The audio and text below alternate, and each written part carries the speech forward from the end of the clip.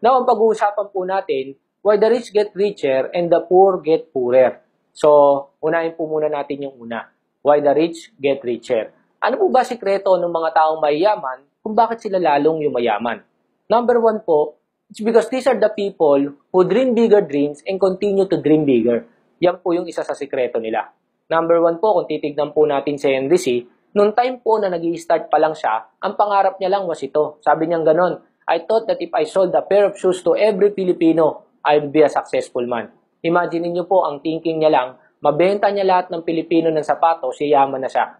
Now, ito po, yung suit niya na yan, na puting Amerikana, that was 1958, that was the time, was 23 years old nung una niya pong tinayo ang SM North.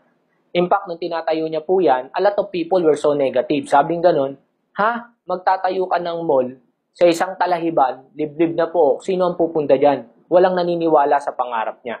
But still, sabi niya, itutuloy niya to. Tinuloy niya po yung pangarap niya. And ang kagandahan po dyan, alam niyo po, ang isa po sa pinakamalaki ang benta sa lahat ng SM was SM North. Kaya nga po ni-renovate yan at nilakihan pa po. Now, kung titignan niyo po, sabi niya gano'n, nung tayo niya yung SM North, sabi niya, I will never stop dreaming. Magtatayo ako ng mall 5 beses ang laki sa SM North. That's the reason natayo po ang SM Mega Mall. Nung natayo po yun, sabi niya, again, I will never stop dreaming. Magtatayo ako ng mall na 5 beses ang laki sa SM Mega Mall. That's the reason natayo po ang Mall of Asia. Kung titignan niyo po, bakit po siya yumaman at continuously naging successful? Because he never stopped dreaming. Tuloy-tuloy po yung pangarap niya. Kung titignan niyo po siya ngayon, is age 91. In a wheelchair, but still, he has no plans of retiring. Tuloy-tuloy pa rin po. Andyan na po ang SM. Ang next na nag-goal niya, mag-number 1 sa bank. So, pumasok sa video. And now, nasa condo business na siya or property business, SMDC. A lot of Filipinos po nakakalungkot, pagdating po nila ng 60, nasa retiring age na sila. Kaya po natatawa ako, laging sinasabi, ay iho, wag mo na ako invite sa ganyang business kasi 60 years old na ako, retiring age na ako. Bukod tanging lang po sa Pilipino pagdating sa 60, nagre-retire. Imagine niyo po siya, nasa wheelchair niya, pero hindi niya po ginamit na dahilan yun para mag-stop para sa mga pangarap niya. Tinuloy niya pa rin po at tuloy-tuloy pa rin siya hanggang ngayon. Next po is Go Kung Wei. Nung tinanong po siya, sabing ganun, what is your dream nung bata ka pa? Sabi niya, my dream was to become a pilot. But instead of being a pilot, I bought an airplane. Kung titignan niyo po, mas nilakihan niya pa po yung pangarap niya sa pangarap niya nung bata pa siya. Silusutan po, nung tinanong, ganun din. Sabing ganun, what is your dream nung bata ka pa? Sabing ganun, my dream was to become a scientist. But instead of being a scientist, I ventured into business. And now, I own several companies. Siya po may-ari ng Asia Brewery, PAL, Fortune Tobacco, Eaton, PNB, etc. Kung titignan niyo po, sobrang successful nitong tao to. Why? Because he never stopped dreaming. Alam niyo po, nakakalungkot kasi maraming tao na ang pangarap lang po nila kumain 3 beses ang araw, magkaroon ng motor, magkaroon ng second hand na kotse, masaya na po sila. Kumita ng 20, 30,000, makapag-abroad, masaya na po sila. Magkaroon ng bahay, kahit po sobrang liit, okay lang. That's the reason kung bakit po mas maraming Pilipino po ang mahirap. Why? Kasi po sobrang liit na mga pangarap nila.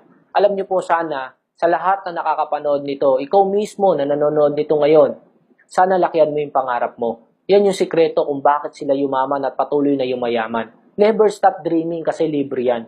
But I suggest, kung mangangarap ka, just be determined para ma-achieve yan. And please, put that dream into action. Trabahuin mo lang. And para hindi po maging bangungot yan, then you find an opportunity para makuha mo yan. Well, in fact, baka ito na po yung opportunity na hinihintay mo para makuha mo yung mga pangarap mo.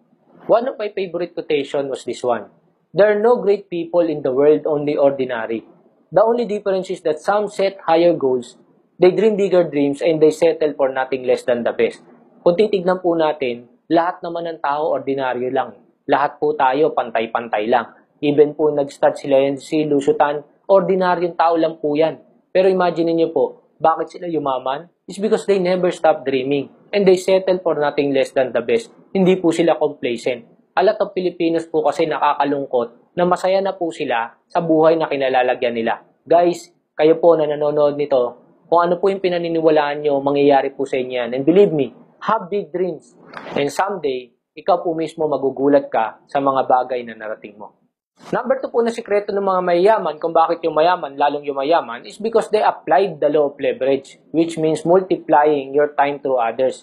It's using other people's time and ability and other people's money. Kaya kung titignan nyo po, mostly po na nagtatayo ng kumpanya, nag-hire po sila ng taong mga galing.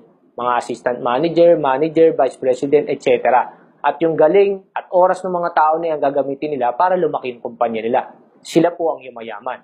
Meron naman po mga tao, mangungutang po ng pera sa bangko. At ang gagawin po nila, sabi nga ganun, yung pera ni Pedro gagamitin ni Juan, si Juan yayaman, si Pedro hindi. They find investors para mag-invest sa kanila ng pera at yung pera na yun ang gagamitin nila para yumaman sila sa negosyo nila. Na meron mga tao gumigising paggabi na, sasakay sa pond expedition, mag-golf. Hindi nagtatrabaho pero mayaman. Meron naman mga tao gumigising paggabi na, sasakay sa Mercedes-Benz, magpapadrive sa driver niya, magbo-ballroom, magbibigay pa ng 5,000 sa DI. Hindi nagtatrabaho pero mayaman.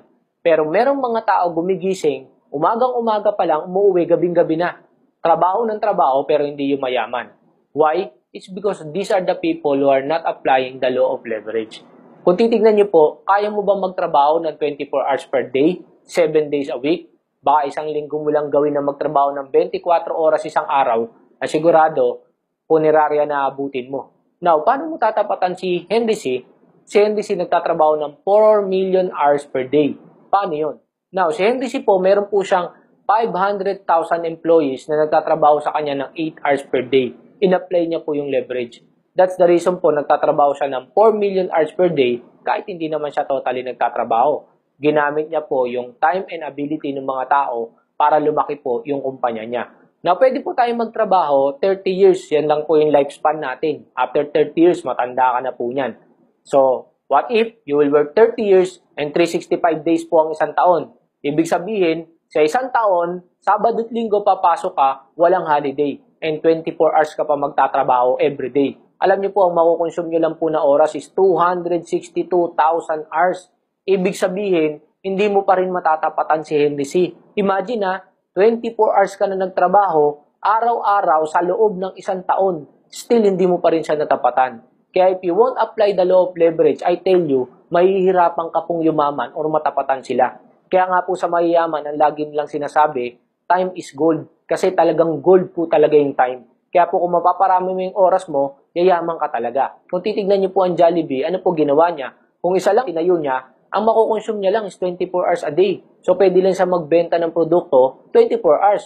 Kaya ang ginawa niya po, nagpa-franchise siya. So kung ilan po yung franchise niya, if he has 2,000 franchise times mo po ng 24 hours yan, ganun po karami yung oras na pwede siya magbenta. Nag-hire siya ng mga manager, ng mga crew, ginamit niya yung time and ability ng mga tao para lumaki yung kumpanya niya. Kaya kung tutuusin po, kung titignan nyo, ito pong law of leverage, napaka-importante nito. That's the reason I joined this kind of business. Because with this kind of business, I'm applying the law of leverage for free. Sila po, kaya po nila na-apply yung leveraging is because sobrang yaman po nila. Eh, paano po tayo? That's the reason po, I joined this kind of business. Kasi po, with this kind of business, nagagawa ko po yung leveraging, pero hindi po ako naglabas ng malaking kapital.